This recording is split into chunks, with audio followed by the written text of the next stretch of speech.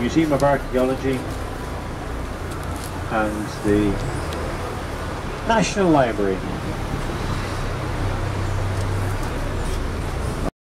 Yeah? We still got the upstairs we have, yeah, that's good. All fine. Took part in the Easter Rising, a revolution on our streets coming near the end of British rule. Their father was a sculptor, and that was the family business there on the right hand side, Pierce and Sons, and just above the entrance there's a plaque in memory to Liam and Pop. Now some of those trees over there on the right hand side don't look too well, they got the measles, but between the trees, if you walk down that main way, you find the entrance to the wax museum. Stop 8 whack back over 7 cents to I think it was Louis XIV giving them a hard time. The sculptures on the right hand side, the bronze sculptures. Over this bridge, if you look to your right hand side, you'll see back towards Dublin City, and to your left hand side, the Dublin Docklands area.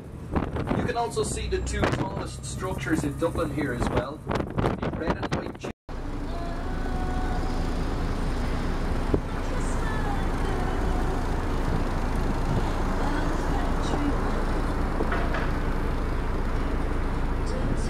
But as we drive through these traffic lights now, coming up on our left hand side at ground level, we have a statue of a man, Mr. Admiral Brown. There is an exact replica of this statue in Buenos Aires.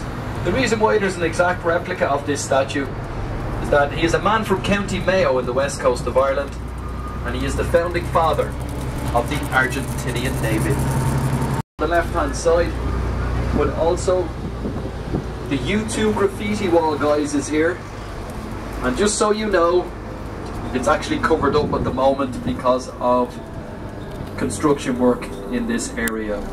So this is the group featured Larry Mullins on drums, Paul Hewson, Dave Evans, Dick Evans, Adam Clayton. The band actually changed their name to Feedback because that was one of the only few technical terms that the band actually knew at the time.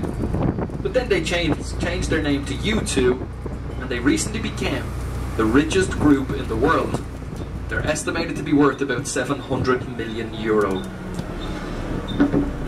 Now just straight across the river, down to the right hand corner, you'll see a red brick building. That is the Point Depot. This in Dublin with no windows. That's because it was the first purpose-built line for banking and parliament in Europe. And it was done for security reasons, but it was also for tax reasons. Because at that time, the more glass you had in your building, the more taxes you had to pay to the local sheriff. So if you had no windows, you didn't have to pay this extra tax. The Depot area of Dublin is on our left-hand side. Pubs, clubs, restaurants, galleries, shops and music. And throughout the day, it's probably one of the best places in the city for local music. Of course, there is some pretty good shopping to be had around Dublin. There is, of course, the Grafton Street area. It's the most premier shopping street in Dublin. And of course, this, of course, is O'Connell Street. And on O'Connell Street is Henry Street. And it's one of the other really good shopping